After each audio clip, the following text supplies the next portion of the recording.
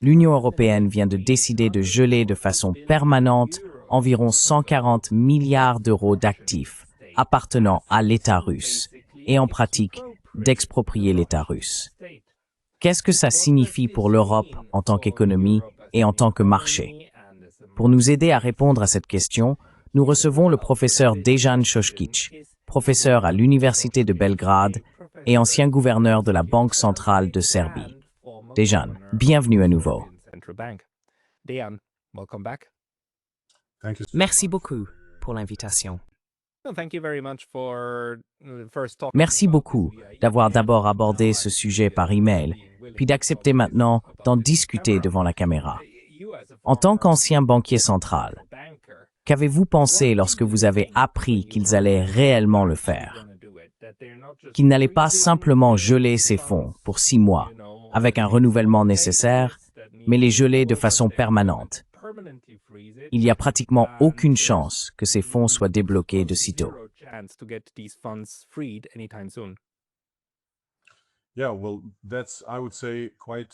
Oui, eh bien, je dirais que c'est une décision assez inhabituelle et sévère à prendre. Et je dirais que, vous savez, lorsqu'on enseigne la finance aux étudiants de premier cycle et qu'on explique les principes fondamentaux du fonctionnement du système financier, il faut toujours aborder la question de la confiance comme un élément très important d'un système financier. La confiance est essentielle pour avoir foi dans la monnaie que l'on utilise.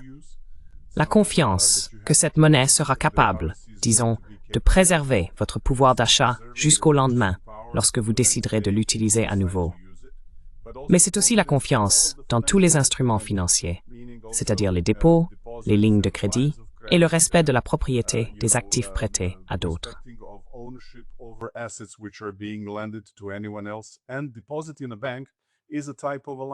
Un dépôt dans une banque est une forme de ligne de crédit.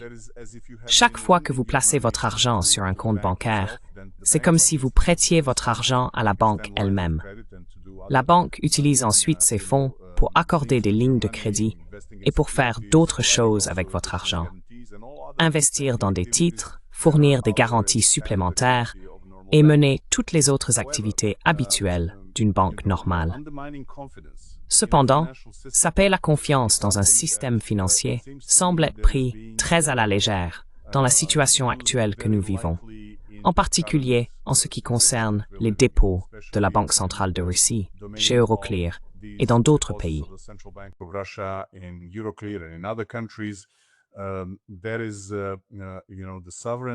Il existe la propriété et la souveraineté d'un État, et l'on ne peut pas facilement supposer que cet argent soit, en tout cas, le produit d'activités pouvant être tenues pour responsables dans le cadre d'une procédure judiciaire.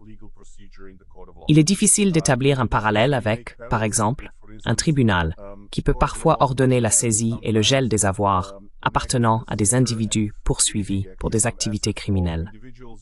En général, il s'agit d'une décision temporaire du tribunal, en attendant que la procédure soit achevée et qu'un verdict permette de déterminer les étapes suivantes. Ainsi, ce type de gel d'avoirs sans aucune procédure judiciaire, en particulier lorsque les États sont propriétaires de ces avoirs et qu'il est impensable d'imaginer qu'ils proviennent d'activités criminelles, est extrêmement problématique.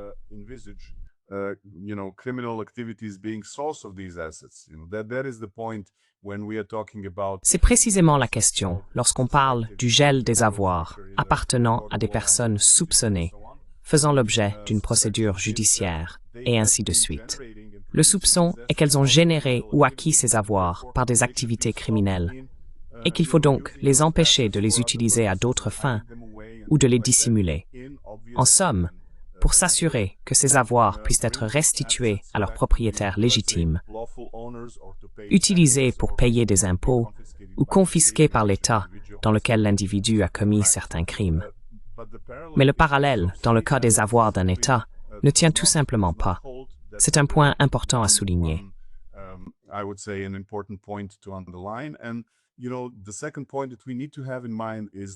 Et le deuxième point qu'il faut garder à l'esprit, c'est qu'ici nous parlons de décisions prises par des organes exécutifs, comme la Commission. Cela fait partie du pouvoir exécutif de l'État, Ce n'est ni législatif ni judiciaire, c'est exécutif. Donc, si le pouvoir exécutif est suffisamment fort pour, disons, annuler un contrat et le droit de propriété, cela envoie, je dirais, un mauvais signal quant au bon fonctionnement du cadre juridique dans la juridiction où de telles choses se produisent. Et dans ce cas, je dirais qu'il y a une préoccupation supplémentaire. Nous traitons désormais d'actifs libellés en euros. Tout d'abord, ils prenaient la forme de titres au sein d'Euroclear. Et Euroclear est une institution un peu plus complexe qu'on ne le décrit habituellement.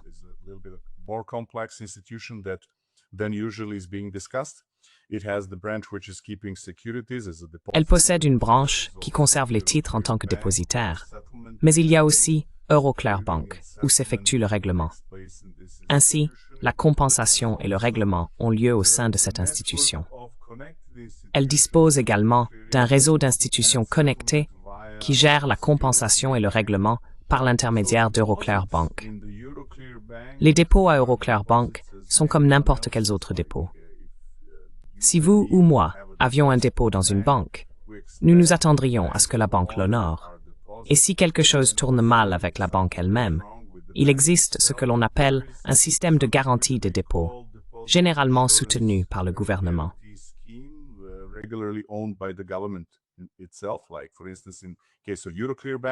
Par exemple, dans le cas d'Euroclear Bank, qui se trouve en Belgique et fait partie de l'Eurosystème, elle est supervisée par la Banque nationale de Belgique dans le cadre du système européen de banque centrale, lequel supervise désormais les principales banques de la zone euro, l'union bancaire telle que nous la connaissons.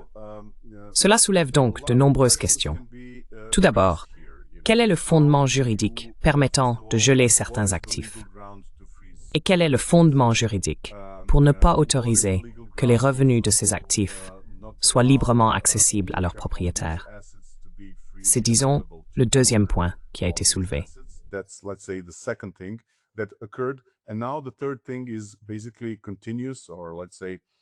Et maintenant, le troisième point concerne essentiellement le gel continu, ou disons indéfini, des avoirs.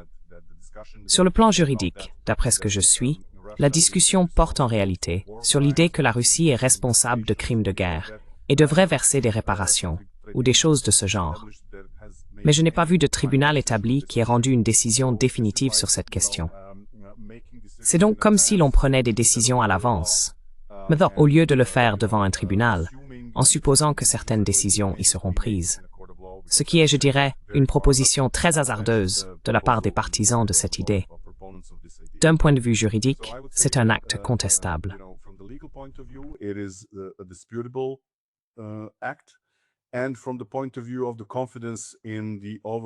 Et du point de vue de la confiance dans l'ensemble du système bancaire européen, la confiance dans des institutions comme la Banque nationale de Belgique et le gouvernement belge, mais aussi, puisque Euroclear est l'un des plus grands systèmes de compensation en Europe, à côté d'Euroclear, il y a Clearstream, qui traite la majorité des transactions sur titre. Cela enverrait également un signal à tout investisseur souhaitant placer des fonds dans des actifs financiers libellés en euros, y compris les obligations souveraines émises par n'importe quel pays de la zone euro. Si cette situation perdure sans, disons, un fondement juridique qui viendrait appuyer un tel acte de manière plus appropriée, je vois cette confiance se détériorer non seulement à l'égard d'Euroclear en tant qu'institution, mais aussi à l'égard de l'euro en tant que monnaie, ainsi que de l'ensemble des titres libellés en euros et compensés via Euroclear.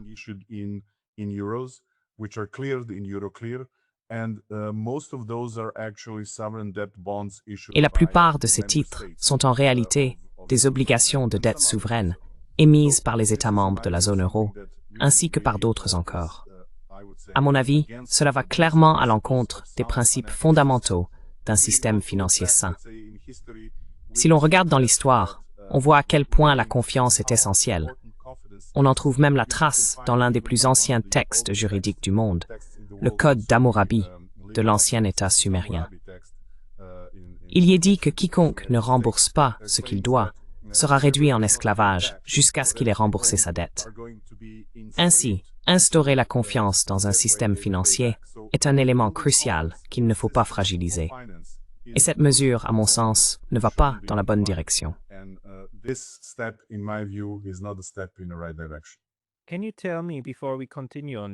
Peux-tu me dire, avant que nous poursuivions sur ce sujet, pourquoi les banques centrales détiennent des actifs libellés en devises étrangères dans d'autres juridictions? Pourquoi la Banque centrale russe possède-t-elle des actifs libellés en euros chez Euroclear?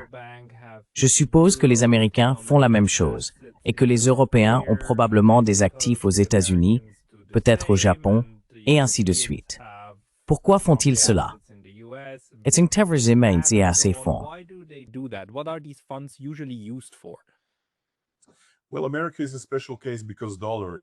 Eh bien, l'Amérique est un cas particulier, car le dollar en est un aussi, vous savez, et ils ont la capacité d'émettre des dollars. Ils n'ont donc pas besoin de détenir autant de réserves. Mais pour les autres pays du monde, il est courant d'avoir ce qu'on appelle des réserves de change. Ce sont des réserves principalement libellées dans les devises, dans lesquelles le pays effectue la majeure partie de son commerce. Vous savez, ils achètent et vendent des biens, et il faut aussi analyser dans quelle monnaie sont libellées les factures pour les échanges entre les entités de votre pays et le reste du monde.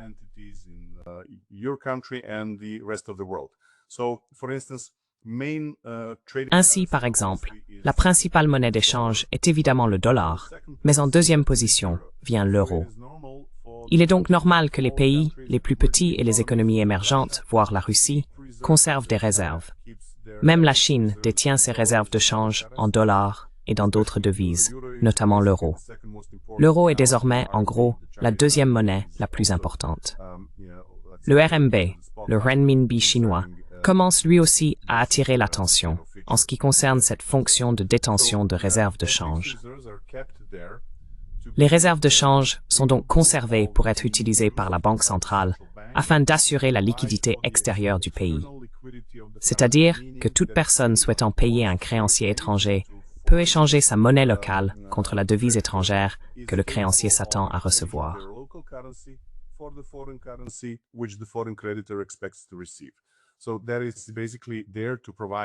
C'est donc essentiellement là pour assurer, disons, le bon fonctionnement des transactions internationales. Et parfois, ces réserves de change peuvent aussi être utilisées pour intervenir sur le marché des changes, pour, disons, éliminer de fortes instabilités du taux de change, ou parfois, si l'on souhaite fixer le taux de change pendant une certaine période, on peut le faire en intervenant sur le marché des changes. Et ces interventions proviennent des réserves de change. Revenons donc à une étape que nous aurions peut-être dû mentionner plus tôt. Les réserves de change peuvent être détenues sous trois formes d'actifs principales. De l'argent sur des comptes bancaires à l'étranger, y compris dans des banques étrangères, et ces banques doivent être de la plus haute qualité possible. Et le deuxième type, ce sont les titres financiers.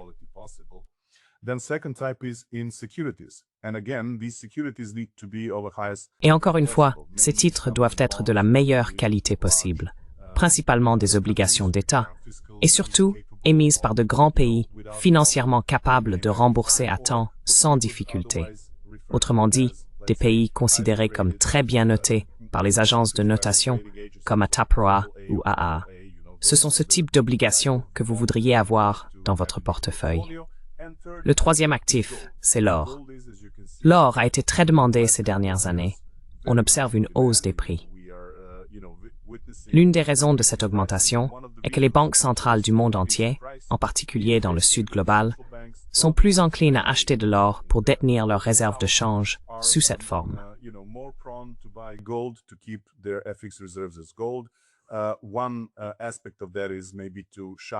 Un aspect de cela consiste peut-être à s'éloigner des marchés en dollars.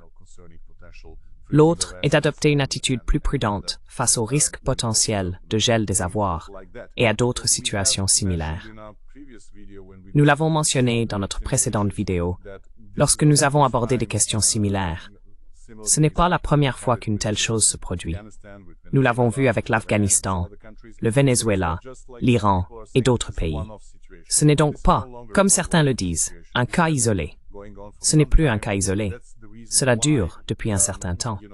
Et c'est pourquoi, pour la solidité du système financier actuel, les décideurs devraient vraiment éviter de faire quoi que ce soit qui nuise à la stabilité et à la confiance dans le système.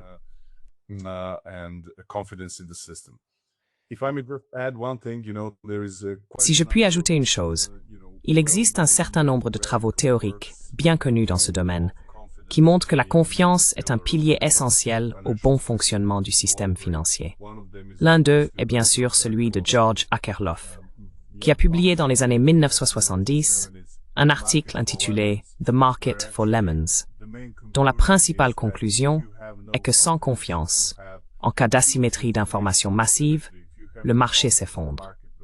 Ainsi, sans confiance, les marchés financiers ne fonctionnent tout simplement pas.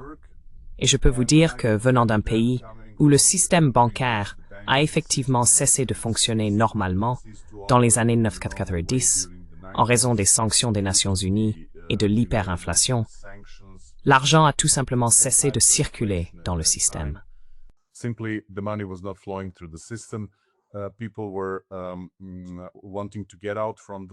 Les gens voulaient se débarrasser de la monnaie locale et ont essayé d'acheter des actifs alternatifs, surtout à l'époque libellés en marques allemands. Cela a apporté un coût énorme, vraiment énorme, au système financier de mon pays. Même aujourd'hui, nous subissons encore les conséquences de cet épisode.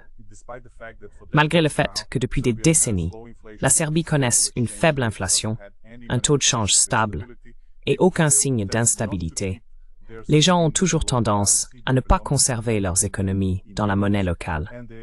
Ils les gardent principalement en euros et ils préfèrent les dépôts à court terme plutôt qu'à long terme, car il y a 25 ou 30 ans, leurs dépôts avaient été gelés pendant une décennie. Cette expérience reste gravée dans l'esprit des investisseurs et des déposants.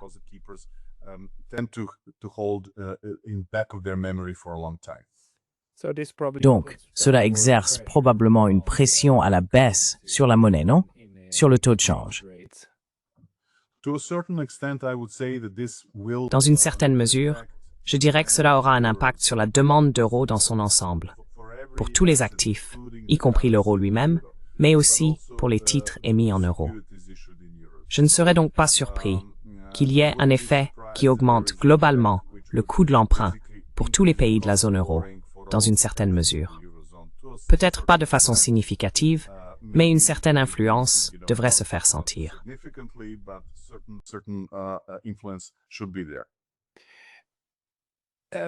Pourquoi la Russie avait-elle autant d'actifs chez Euroclear? Parce que selon moi, je pensais que la Banque des règlements internationaux, la BRI à Bâle, était la banque des banques centrales. Je croyais qu'elle remplissait ce rôle, consistant à s'assurer que les banques centrales puissent encore régler leurs dettes entre elles et que le système monétaire continue de fonctionner. Alors, pourquoi y avait-il autant d'argent sur ce compte Euroclear? Est-ce simplement à cause du choix de l'Union européenne ou d'une sorte d'étalon or?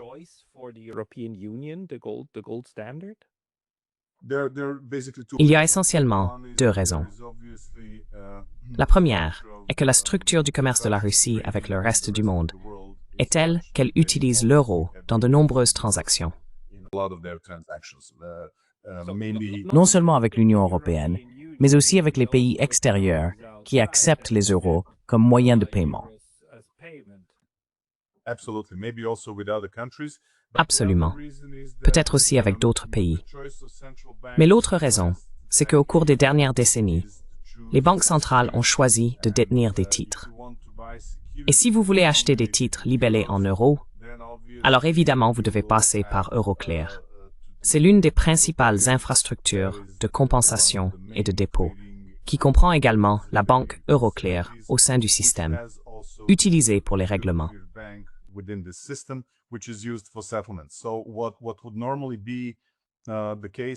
Normalement, la Banque centrale de Russie aurait un compte au sein du système de compensation, un compte dans le système dépositaire, où les titres seraient enregistrés sous la propriété de la Banque centrale russe, mais elle disposerait également d'un compte auprès d'Euroclear Bank, où aurait lieu le règlement. Très bien. Ce sont, disons, les méthodes standards pour gérer les titres faisant partie des réserves de change. Cela ne signifie pas que les banques centrales n'auraient pas aussi des comptes en espèces et en titres ailleurs, mais la principale infrastructure de compensation et de règlement pour les titres libellés en euros est Euroclear, et dans une certaine mesure, Clearstream. Mais Euroclear reste la première.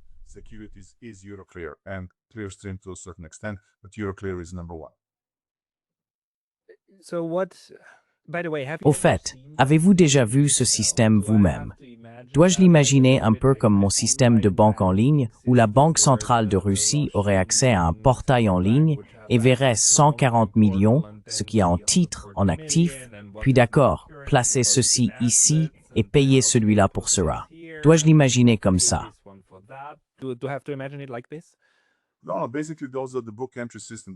Non, en gros, ce sont des systèmes d'inscription en compte. Les écritures sont des montants d'argent enregistrés électroniquement que vous avez sur votre compte, ainsi que les titres que vous détenez dans votre dépositaire, comme dans un système de négociation. En substance, Euroclear accomplit une fonction similaire à celle d'un système de dépôt central de titres au niveau national dans la plupart des pays.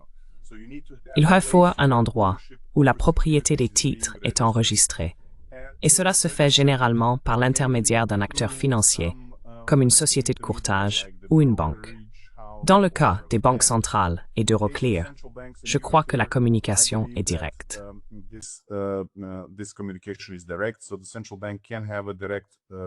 Ainsi, la Banque centrale peut disposer d'un sous-compte direct au sein du système de compensation, essentiellement Euroclear. Et d'un autre côté, elle peut avoir un compte au sein de la banque Euroclear. C'est donc ce que l'on a en pratique lorsqu'on traite des titres.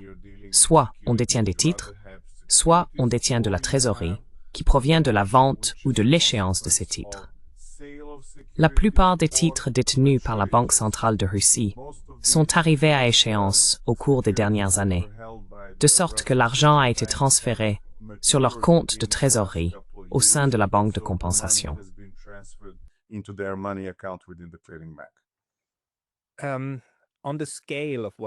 Alors, à l'échelle de ce qui se passe ici, disons 140 milliards d'euros, ça semble être une somme énorme pour toi et moi. Mais tu sais, le budget national suisse, la dernière fois que j'ai vérifié, bon, c'était il y a environ 10 ans, tournait autour de 65 milliards d'euros ou de francs suisses, ce qui correspondrait aujourd'hui à environ 70. Donc peut-être qu'en ce moment, le gouvernement suisse dépense autour de 80 milliards par an pour se financer. Alors, 140 milliards, c'est combien pour un État comme la Russie?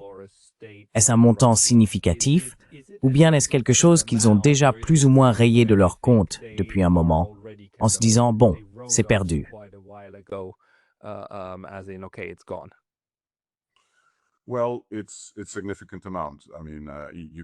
Eh bien, c'est une somme importante. Je veux dire, on ne peut pas la sous-estimer. Les chiffres qui circulent sont parfois encore plus élevés. 180, voire 200 milliards d'euros. Mais vous savez, pour une économie d'environ 6,5 billions, cela représente tout de même quelques points de pourcentage de son PIB annuel. C'est donc clairement une somme considérable. Je suis sûr qu'une économie de cette taille peut s'en passer. C'est pas vraiment la question. Mais c'est une question de principe, je dirais. Une question de légalité et de savoir si l'on soutient les piliers fondamentaux du système financier européen ou si on les fragilise avec ce genre de décision. Et évidemment, à ce stade, on entend aussi parler de certaines manières dont tout le dispositif va être mis en œuvre.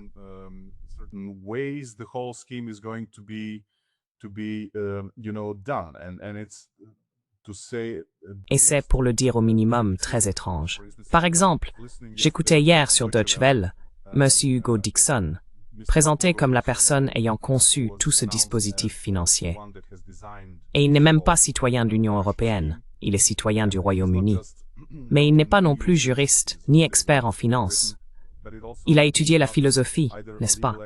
C'est un journaliste et un entrepreneur. Et tout ce qu'on peut trouver sur Internet ne le relie en rien à cette affaire. Ce qu'on dit maintenant, c'est que, puisque l'argent se trouve sur un compte à la banque Euroclear, la banque peut le geler, mais en même temps, utiliser cet argent pour accorder un prêt à l'Union européenne, qui accorderait ensuite un prêt à l'Ukraine.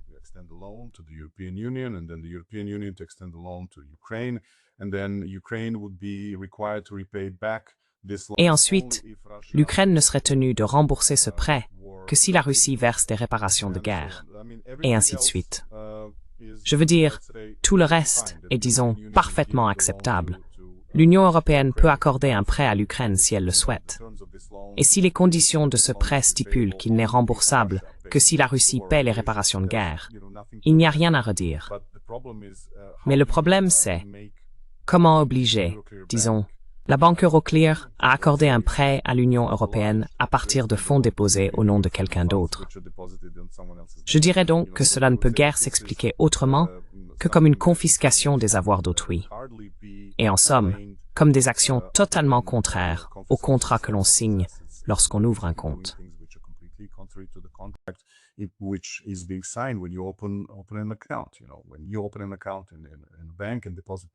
Lorsque vous ouvrez un compte dans une banque et que vous y déposez de l'argent, il existe, disons, certains critères et obligations bien connus des deux côtés. Et dans de tels contrats, il n'est jamais stipulé que l'argent sera gelé en raison d'une décision politique ou de quoi que ce soit de ce genre. C'est fondamentalement très difficile à comprendre. Voir cela se produire dans un système financier. Et je dirais que c'est préjudiciable à la confiance. Nous parlions juste avant de commencer cet entretien de la manière dont ces choses sont imposées à travers des individus, et ainsi de suite.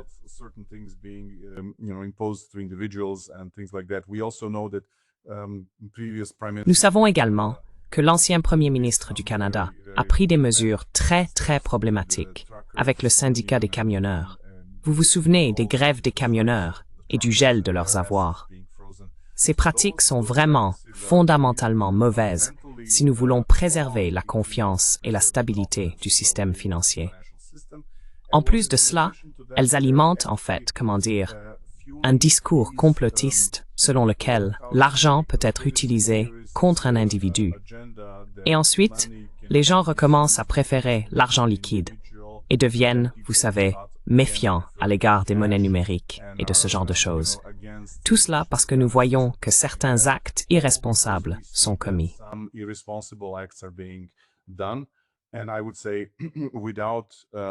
Et je dirais que, sans réelle compétence dans le domaine de la finance, il est très facile de détruire la confiance dans le système financier, mais très difficile de la rétablir. Cette confiance et cette fiabilité sont essentielles au bon fonctionnement de l'intermédiation financière et du système financier dans son ensemble. Si l'on regarde en arrière, vers n'importe quelle crise financière, prenons par exemple celle de 2008, on constate qu'à chaque fois qu'une crise éclate, le système identifie évidemment certaines personnes ou certains processus responsables, mais il modifie aussi le cadre juridique afin d'éviter qu'une telle crise ne se reproduise. Cela se fait précisément parce qu'il est nécessaire de rétablir la confiance pour que le système puisse fonctionner. Une fois que l'on n'est plus capable de rétablir cette confiance, le système ne fonctionne plus correctement. Il supporte des coûts élevés liés aux transactions financières et les effets positifs globaux sur l'économie sont moindres qu'ils ne pourraient l'être.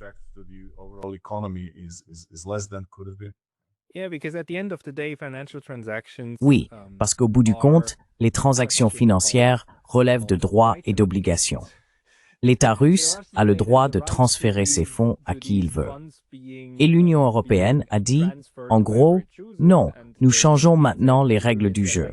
Vous n'avez plus ce droit. Peut-être qu'on vous le rendra dans 6 mois. Mais à présent, ils ont rendu cette mesure permanente. Il ne s'agit pas de l'endroit où se trouve l'argent. Il s'agit de ce que la promesse représentait autrefois, de ce que vous pouvez en faire et de ce que vous ne pouvez pas en faire. Ce que je ne comprends pas, d'un point de vue théorique, c'est pourquoi le dispositif qu'ils ont imaginé implique que ces fonds servent désormais à accorder un prêt ou à garantir un prêt que les Européens octroient à l'Ukraine.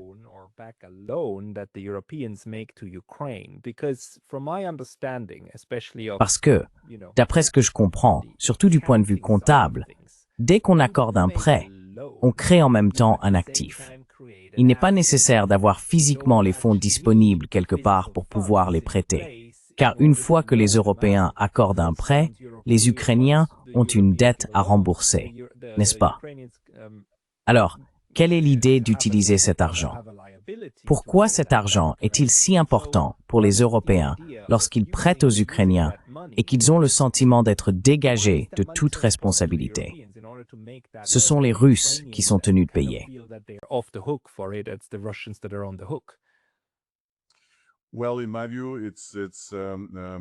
Eh bien, à mon avis, c'est parce qu'il n'y a pas de fonds disponibles au sein des États membres. L'alternative serait que tous les États membres contribuent à trouver cet argent afin d'étendre le prêt à l'Ukraine.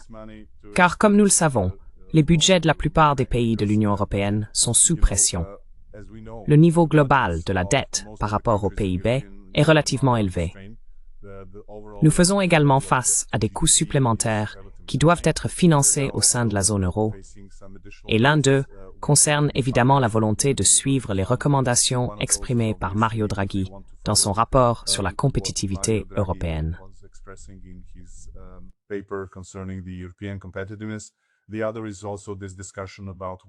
L'autre question concerne ce débat sur le fait de savoir si les pays européens vont ou non augmenter leur contribution au secteur de la défense jusqu'à 5% du PIB. Ce sont des montants énormes qu'il faut financer. Et en période de récession, dans la plupart des pays, en particulier en Allemagne et dans quelques autres, la production économique ne progresse pas vraiment. Il n'est pas facile de trouver des sources de financement supplémentaires. Et ce à quoi vous faites référence, c'est, je suppose, la création de monnaie par l'activité des banques accordant des lignes de crédit.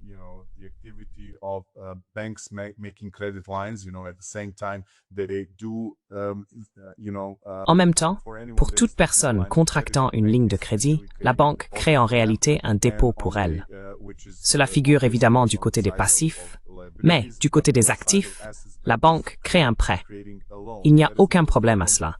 Cependant, ce dépôt serait immédiatement dépensé pour acheter d'autres biens et services au nom de l'Ukraine. Chaque institution financière qui accorde un tel prêt, utilisé aussitôt, verrait en quelque sorte ce dépôt retiré. Chaque jour, la banque doit gérer l'ensemble de ses actifs et de ses passifs. Et si elle ne dispose pas d'assez d'actifs, elle contracte, en fin de journée, un prêt auprès d'autres banques. Ce sont les fameuses facilités de prêt au jour le jour, utilisées pour équilibrer le bilan quotidien. Le matin, elle les rembourse, puis reprend ses opérations jusqu'à la fin de la journée.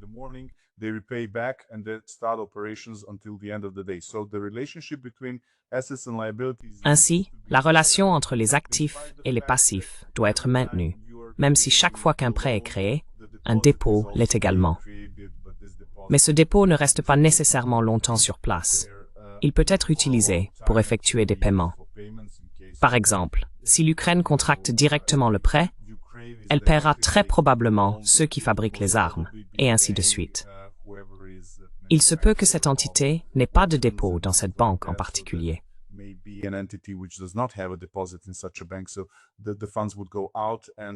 Ainsi, les fonds sortiraient, et cela créerait évidemment une autre situation financière pour la banque, qui devrait être régularisée avant la fin de la journée de négociation.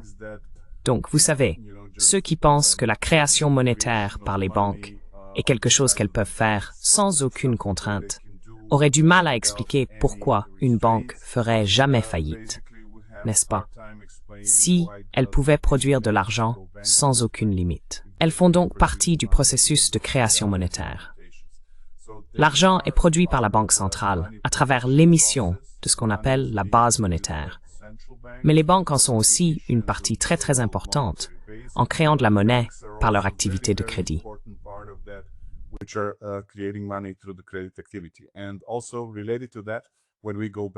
Et en lien avec cela, lorsque nous revenons en arrière, beaucoup de gens se demandaient comment il se faisait que Ben Bernanke ait émis autant d'argent en 2008 sans qu'il y ait d'inflation aux États-Unis. C'était précisément parce que l'activité de prêt des banques avait diminué. La Banque centrale devait donc intervenir et injecter une grande quantité de monnaie de base dans le système. Par conséquent, il n'y a pas eu d'inflation, malgré le fait qu'une énorme quantité d'argent ait été créée. Et dans la zone euro, depuis 2015, vous vous souviendrez des années Draghi et de sa lutte avec certains pays pour savoir s'il fallait ou non recourir à l'assouplissement quantitatif. Finalement, à la fin de 2015, la BCE a elle aussi connu une création monétaire à grande échelle, souvent appelée politique monétaire extraordinaire ou assouplissement quantitatif, c'est-à-dire une production massive de liquidités.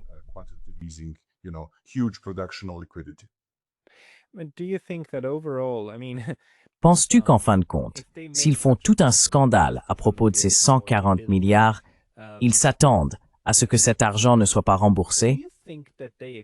C'est comme si cela provenait d'une simple ligne de crédit normale dans l'Union européenne. Il serait évident que les banques ou les institutions qui l'accordent ne s'attendraient pas à le revoir.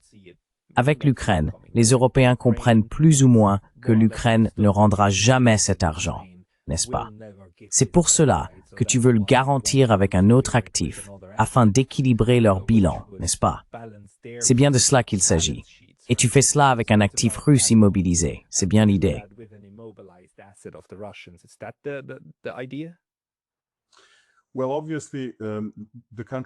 Eh bien, évidemment, pour un pays dans la situation actuelle de l'Ukraine, il est très difficile de rembourser un prêt.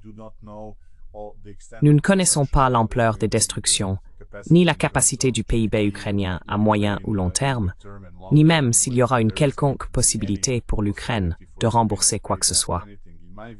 À mon avis, c'est un pays qui ne devrait pas rembourser des prêts, mais plutôt recevoir des subventions et d'autres formes de soutien financier afin de se reconstruire autant que possible. Cependant, en ce qui concerne le dispositif actuellement discuté, on entend très souvent le terme « prêt garanti », ce qui signifie que les avoirs russes seraient utilisés comme garantie.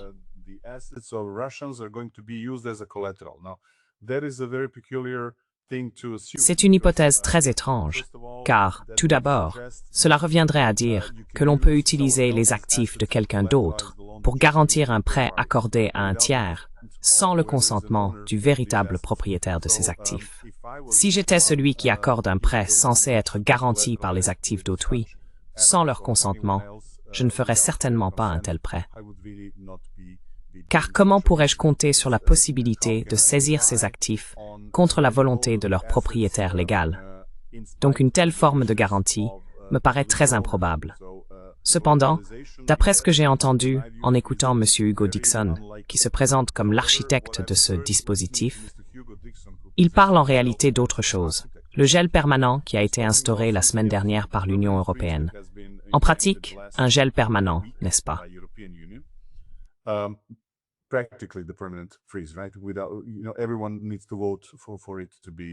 Tout le monde doit voter pour qu'il soit révoqué. Donc ce gel pratiquement permanent va être utilisé en quelque sorte comme base pour employer cet argent afin d'accorder un prêt à l'Union européenne, qui pourra ensuite accorder un prêt à l'Ukraine. Et ce prêt ne sera remboursé que si les Russes versent des réparations de guerre à l'Ukraine. À mon avis, c'est, comment dire, difficilement quelque chose qu'on pourrait considérer comme une proposition sérieuse et solide.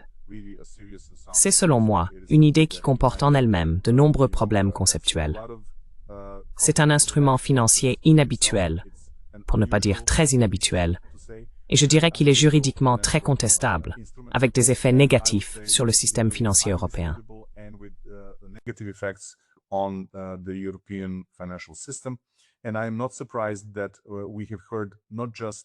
Et je ne suis pas surpris que nous ayons entendu non seulement le PDG d'Euroclear se montrer, disons, pour le moins réservé sur toute cette affaire, mais aussi la présidente de la BCE et le Premier ministre de la Belgique. C'est quelque chose qui peut sérieusement saper la confiance, mais aussi entraîner des litiges juridiques aux issues incertaines. Quiconque pense qu'il est facile de prévoir ce qu'un tribunal décidera sur cette question. Je doute fort que ce soit une hypothèse réaliste.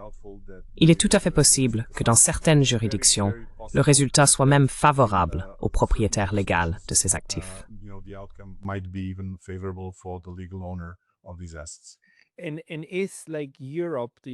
L'Europe, l'Union européenne, est-elle le seul endroit où Euroclear pourrait actuellement se retrouver sur la sellette?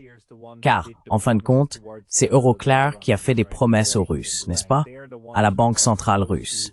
Ce sont eux qui sont censés remplir leurs obligations, mais dans le cadre de ce dispositif, ils vont être incapables de le faire. Donc l'Europe est-elle le seul lieu où des litiges juridiques pourraient survenir?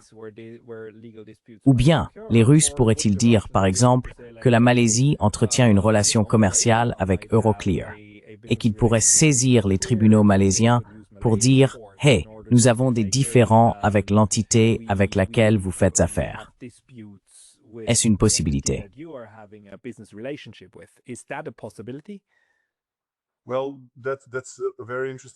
Eh bien, c'est une façon de penser très intéressante, je dirais, et je n'exclurais pas cette possibilité.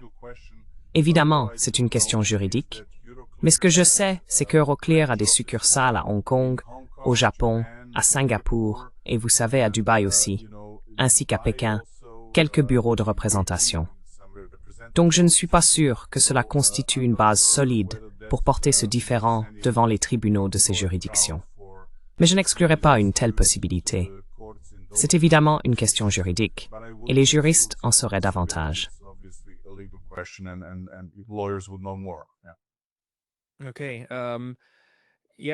D'accord. Oui. Donc en gros, ce que nous voyons ici, c'est un autre exemple de la manière dont certaines forces politiques, à l'intérieur de l'Occident démocratique, parviennent à saper les processus qu'elles avaient pourtant assurés à tous comme étant inébranlables, n'est-ce pas? Même pendant la Seconde Guerre mondiale, les avoirs d'État des adversaires étaient gelés, mais ils n'étaient pas expropriés. Parce qu'ici, on parle en réalité d'une sorte d'expropriation de second degré, même si on ne l'appelle pas ainsi. Ce qui est intéressant cependant, c'est qu'ils ne vont pas jusque-là. Ils n'ont pas officiellement créé de directive ou de loi disant « à partir de maintenant, ces 140 milliards appartiennent à l'UAMBER ». Ils n'appartiennent simplement plus à leurs propriétaires. Pourquoi, selon toi, passe-t-il par ce schéma étrange au lieu d'aller directement vers une bonne vieille expropriation? Je veux dire ce que les Soviétiques ont fait avec de nombreux biens de citoyens privés dans les pays communistes.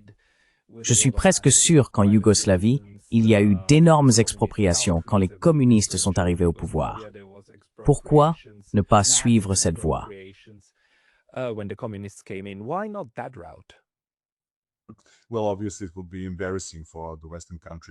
Eh bien, évidemment, ce serait embarrassant pour les pays occidentaux d'admettre officiellement qu'ils font une telle chose, je dirais. Ils essayent de présenter le processus d'une manière qui semble acceptable et peut-être résistante aux contestations juridiques. Cependant, à mon avis, la première étape de tout le dispositif, telle que décrite par M. Hugo Dixon et certains autres responsables, est très problématique. Comment convertir des actifs détenus par une partie en une base permettant de donner ces actifs à quelqu'un d'autre? Cela ne respecte pas le contrat fondamental du dépôt.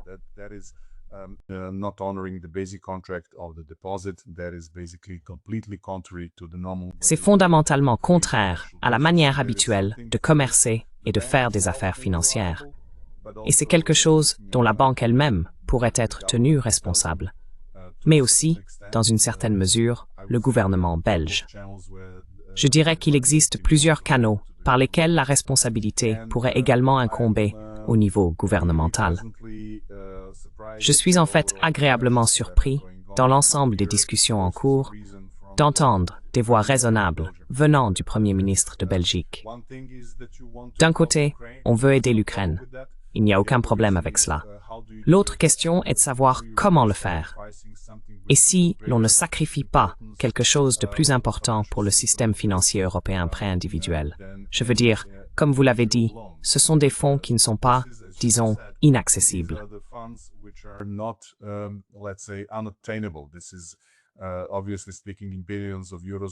C'est impossible. Évidemment, lorsqu'on parle de milliards d'euros ou de dollars, ce sont de grosses sommes d'argent. Mais 100 milliards ou 200 milliards ne sont pas des montants impossibles, surtout pour l'Union européenne et les pays occidentaux. Cela aurait pu être réalisable, à mon avis, d'une meilleure manière. Et vous savez, d'après ce que je suis de ces affaires, il aurait suffi, largement suffi, d'envoyer un message clair au gouvernement russe sur la position de l'Occident concernant la guerre en Ukraine, en gelant les avoirs. Toutes les autres mesures prises, à mon sens, vont trop loin dans un territoire inconnu, avec de graves conséquences pour la stabilité du système financier européen.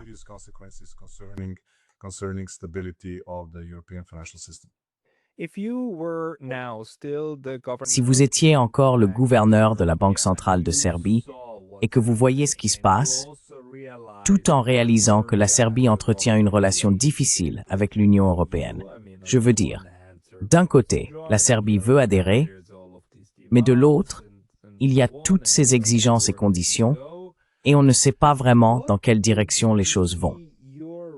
Quelle serait votre décision rationnelle sur la marche à suivre, sachant que la Serbie détient une somme considérable d'argent chez Euroclear? Chercheriez-vous d'autres endroits pour faire la même chose? Commenceriez-vous à envisager la Banque des règlements internationaux pour y transférer des fonds, quelque part en dehors de la juridiction des eurocrates?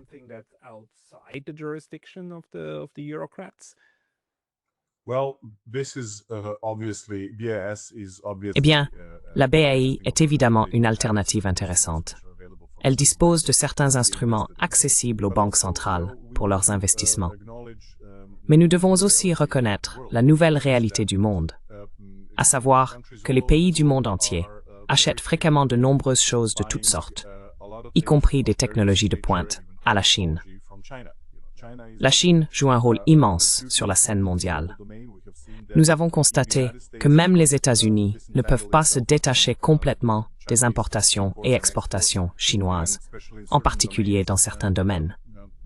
Par conséquent, de nouveaux instruments financiers libellés en monnaie chinoise sont désormais mis en place, et ils pourraient constituer un atout très attractif, surtout compte tenu de l'évolution de la structure du commerce extérieur de la plupart des pays. Si l'on observe ce qui se passe, par exemple, non seulement en Asie, mais aussi en Afrique et même en Amérique latine,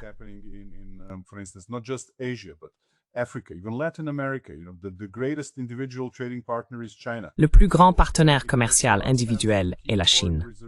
Il est donc tout à fait logique de conserver des réserves de change libellées en actifs susceptibles d'être utilisées dans le cadre du commerce extérieur normal. Par conséquent, si la Chine s'engage davantage dans l'émission de certaines obligations et d'autres instruments libellés en RMB, je dirais que ce serait une alternative à analyser très sérieusement, dans une certaine mesure, non seulement pour la Serbie, mais pour tout pays, car la Chine est évidemment la puissance industrielle du monde aujourd'hui. Et nous avons tous tendance à, nous observons ce qui se passe avec l'énorme augmentation des ventes de voitures chinoises à l'échelle mondiale. Peut-être que l'Amérique fait exception, avec les énormes droits de douane qui ont été imposés, mais en Europe, on assiste à un afflux de nouvelles voitures, et les gens les achètent.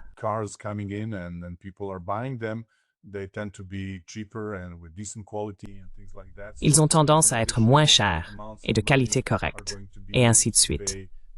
Donc, même des montants d'argent supplémentaires seront utilisés pour payer ces produits chinois. Et la Chine, qui est désormais l'une des principales économies mondiales, s'attend de plus en plus à être payée dans sa monnaie locale.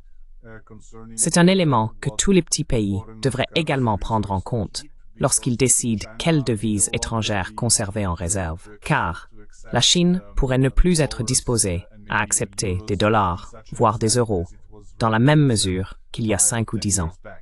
S'adapter à ces nouvelles réalités est donc aussi quelque chose qui pourrait influencer la structure adéquate des réserves de change pour de nombreux petits pays, en particulier ceux qui commercent beaucoup avec la Chine.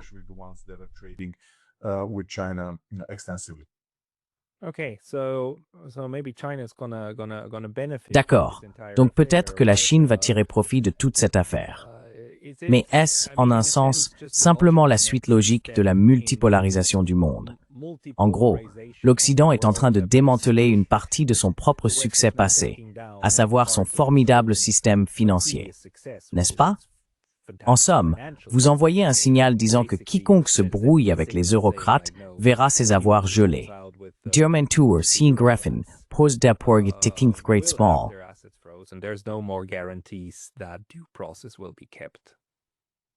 Yes, and we have seen also some acts of, let's say, political Oui, decision making. et nous avons également observé certains actes de, disons, prise de décision politique, par exemple, de la part des États-Unis à l'égard du Brésil, qui sont, disons, fondés sur une relation personnelle qu'un pays entretient avec l'ancien président de cet autre pays, et des choses de ce genre.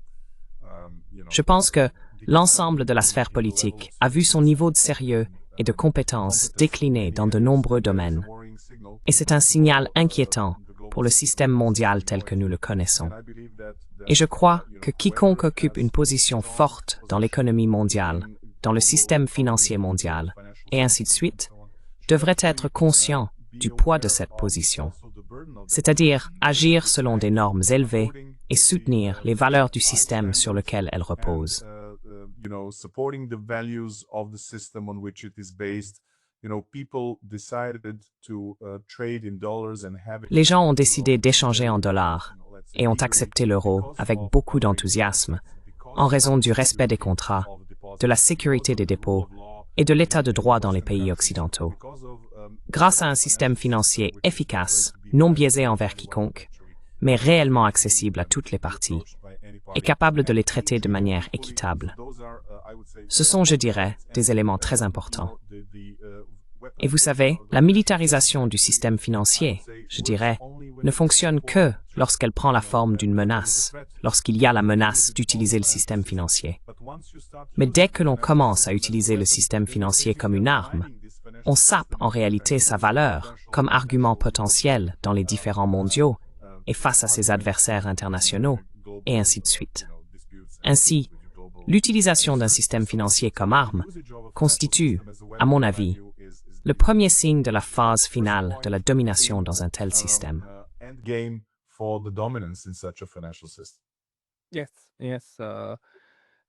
Oui, c'est aussi très embarrassant. C'est un peu comme les sanctions. On menace de faire quelque chose qui va nous blesser, voire nous tuer, puis on le fait vraiment, et bon, ça fait un peu mal, mais ça nous tue pas du tout.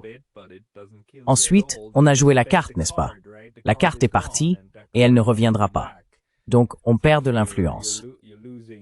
Y a-t-il un autre aspect que je n'ai pas abordé et que tu penses que nous devrions garder à l'esprit quand nous réfléchissons à ce qui se passe avec ces actifs?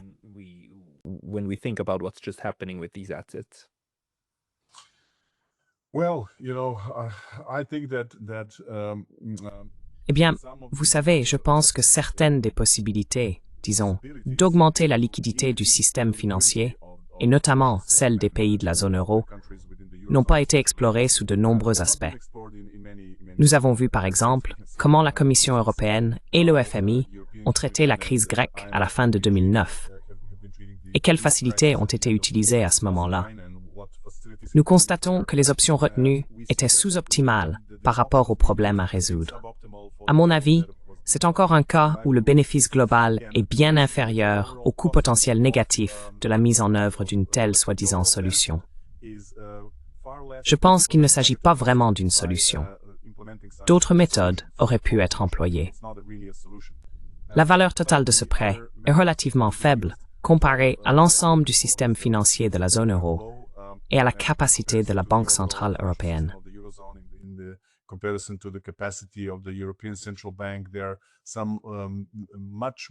Il existe, disons, des options financières bien plus viables, à mon avis, qui auraient pu être explorées plutôt que d'emprunter la voie consistant à faire quelque chose pouvant être considéré comme la confiscation des actifs d'autrui. Je dirais donc qu'une approche plus créative et moins dramatique pourrait potentiellement produire des résultats bien plus favorables à la stabilité financière globale de la zone euro. Et je dirais aussi, à l'échelle mondiale, en faisant référence à ce qui se passe aux États-Unis, à l'instrumentalisation du dollar et à d'autres phénomènes de ce type.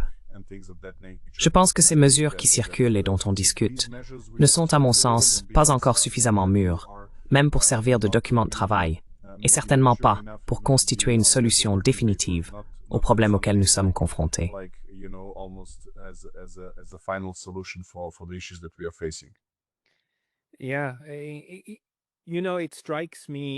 Oui. Vous savez, il me semble que c'est un moment où le désir des Européens de punir la Russie, de lui nuire d'une manière ou d'une autre, est devenu plus important que la volonté d'aider réellement l'Ukraine. Ils auraient pu faire beaucoup d'autres choses, mais je pense que l'idée selon laquelle il faut punir la Russie a fini par dominer. Et comme pour les sanctions, je crois que cela se retournera probablement encore plus contre l'Union européenne, que cela ne mettra à mal l'économie russe. Même si je ne peux pas lire dans leurs pensées, je ne peux pas savoir s'ils croient vraiment que cela fera autant de mal aux Russes. C'est assurément un nouveau précédent, du moins pour l'Union européenne. Le message en somme, c'est « ne leur faites plus confiance », n'est-ce pas?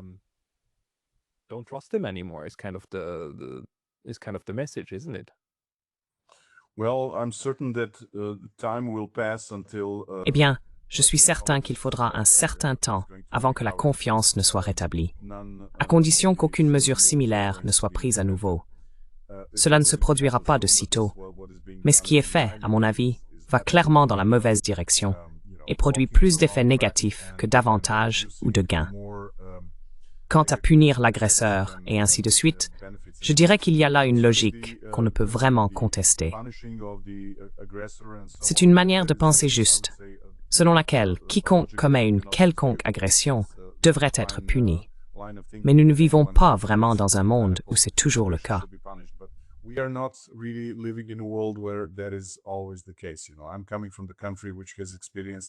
Je viens d'un pays qui a subi les bombardements de 1999, qui ont eu lieu sans aucune résolution des Nations Unies, en contradiction, en fait, avec la charte de l'OTAN elle-même. Cela a duré 68 jours, et nous n'avons reçu aucune réparation de qui que ce soit, sans parler des autres pays. Tous ceux qui ont vécu une expérience similaire peuvent raconter leur version de l'histoire.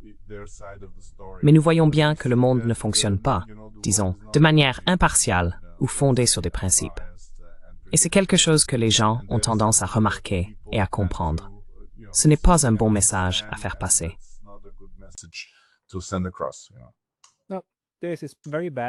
C'est un message très mal formulé.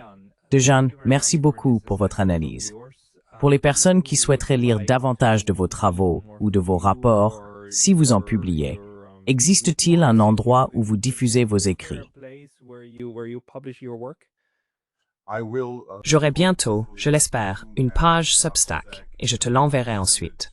Si tu pouvais l'ajouter comme lien plus tard, je t'en serais très reconnaissant. Merci.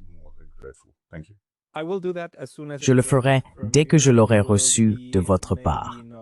Ce ne sera peut-être pas prêt au moment où la vidéo sera publiée, mais plus tard, ce sera dans la boîte de description ci-dessous. Professeur Dejan Šoškić, merci beaucoup pour votre temps aujourd'hui. Merci beaucoup. Merci.